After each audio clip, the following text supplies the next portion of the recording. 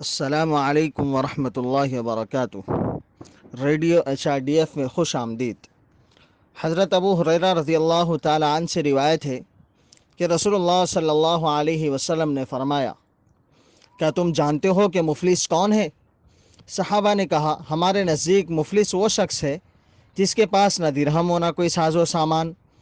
آپ نے فرمایا، میری امت کا مفلس وہ شخص ہے جو قیامت کے دن نماز، روزہ اور زکوٰۃ لے کر آئے گا، اور اس طرح آئے گا کہ دنیا میں اس نے کسی کو گالی دی ہوگی، اس نے کسی پر بہتان لگایا ہوگا، اس نے کسی کا مال کھایا ہوگا، اس نے کسی کا خون بہایا ہوگا اور اس نے کسی کو مارا ہوگا، تو اس کی نیکیاں ان تمام لوگوں میں بانٹ دی جائے گی، اور اگر اس کی ساری نیکیاں ختم ہو جائے گی تو ان کے گناہوں کو لے کر اس پر ڈالا جائے گا، پھر اس کو جہنم میں پھینک دیا جائے گا۔